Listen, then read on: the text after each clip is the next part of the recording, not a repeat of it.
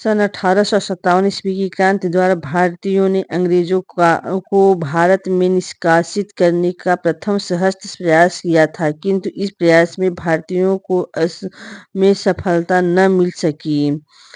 1857 ईस्वी के प्रथम स्वतंत्रता के दो संग्राम सैनिक दो थे।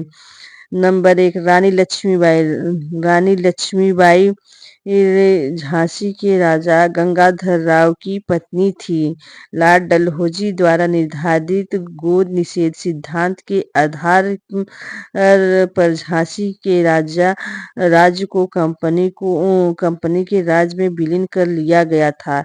इससे रानी लक्ष्मीबाई अंग्रेजों से बहुत असंतुष्ट हो गई।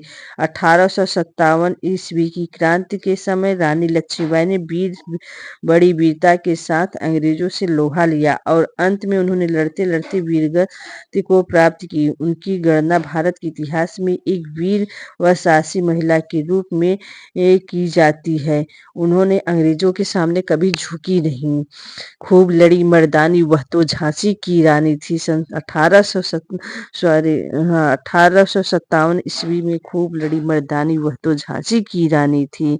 वह अपने देश के लिए बहुत कुछ कर दी। अब हर महिलाओं के अगर सीख लेना हो चाहिए तो रानी लक्ष्मीबाई से लेना चाहिए।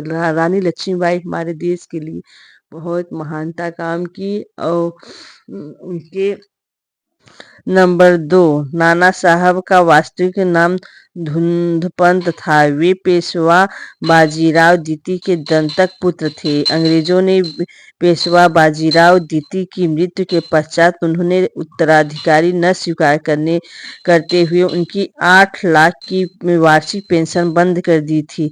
इसके विरुद्ध इंग्लैंड की प्रीवी काउंसिल में भी उन्हें न्याय न मिल सका। अंतर नाना साहब को अंग्रेजों के विरुद्ध में क्रांतिकारियों का नेतृत्व करने के लिए बाध्य होना पड़ा। नाना साहब और उनकी मंत्री अजमुल्ला खान ने देश के राजाओं और नवाबों को अंग्रेजों के विरुद्ध कर दिया था। 20 दिन के संघर्ष के पश्चात कानपुर नाना साहब के अधिकार में आ गया और वहां के अनेक अंग्रेज मारे दिए गए वे, परंतु कालांतर में अंग्रेजों सेना ने कर्नल नील और हेवलॉक के नेतृत्व में कानपुर पर अधिकार कर लिया। एक महान क्रांतिकारी के रूप में वे नाना साहब का नाम भारतीय इतिहास में अमर है। लॉर्ड कैनिंग कंपनी के शासन के अंतिम गवर्नर जनरल और ब्रिटिश संसद के शासक का प्रथम वायसराय था। वह 1856 ईस्वी में कंपनी का गवर्नर जनरल बनकर आया था। 1857 ईस्वी की क्रांति के पश्चात वह ब्रिटिश साम्राज्य का भारत के प्रथम वायसराय हो गया था। लॉर्ड कैनिंग की महान योग्यता का परिचय इस तथ्य से मिलता है कि उनकी उससे बड़े धैर्य से क्रांति का दमन कर दिया था और क्रांतिकारियों को क्षमा कर दिया था। लॉर्ड कैनिंग ने सेना में अनेक सुधार किए थे। उसने अंग्रेज सैनिक को संख्या में वृद्धि कर दी, तोपखाना अंग्रेजों के अधिकार कर दिया था। लॉर्ड कैनिंग ने अनेक आर्थिक सुधार भी किए थे। उसने नोटों का प्रचलन भी किया था। लॉर्ड कैनिंग के एक महान शासक होने का परिचय हमें इस तथ्य से भी मिलता है कि उसने रेलों, सड़कों तथा नहरों का निर्माण बड़ी तेजी से करवाया। उसने शिक्षा जगत में भी महान सुधार किए थे। 1862 ईस्वी में लॉर्ड कैनिंग ने अस्वस्थता के कारण त्यागपत्र दे दिया था। एक और सैनिक थे तात्या टोपे। तात्या टोपे एक कट्टर देशभक्त वीर सेनानी और नाना साहब का प्रमुख सहयोगी था। प्रथम स्वाधीनता संग्राम के समय तात्या टोपे ने अनेक स्थान पर अंग्रेजी सेनाओं का पराजित किया। अंत में उसने वीरतापूर्वक लड़ते हुए वीर गति प्राप्त की। अंग्रेजों ने 1859 ईस्वी में इस महान देशभक्त को तोप से उड़वा दिया था। اس میں ایک اور آتے ہیں कुंवर सिंह। कुंवर सिंह जगदीशपुर बिहार के राजा थे। वो प्रथम स्वाधीनता संग्राम के समय कुंवर सिंह ने अनेक स्थानों पर अंग्रेजी सेना को पराजित किया। उसने जिस युद्ध कौशल और छापामार युद्ध द्वारा अंग्रेजी सेना के छक्के छुड़ाए। अनेक विद्वानों ने उसकी मुक्त कंठ से प्रशंसा की। वह कुंवर सिंह ऐसे थे, वो बहुत 80 साल के बूढ़े थे। लेकिन राजा होते हुए भी राजा भी थे, और वो ऐसा आक्रमण अंग्रेजों के साथ के ऊपर करते थे कि जब वो एक रास्ता अपना नहीं अपनाते। अगर आज ये काम किया है तो दूसरे कल दूसरा जगह से वार करेंगे। वह इस तरह से थे।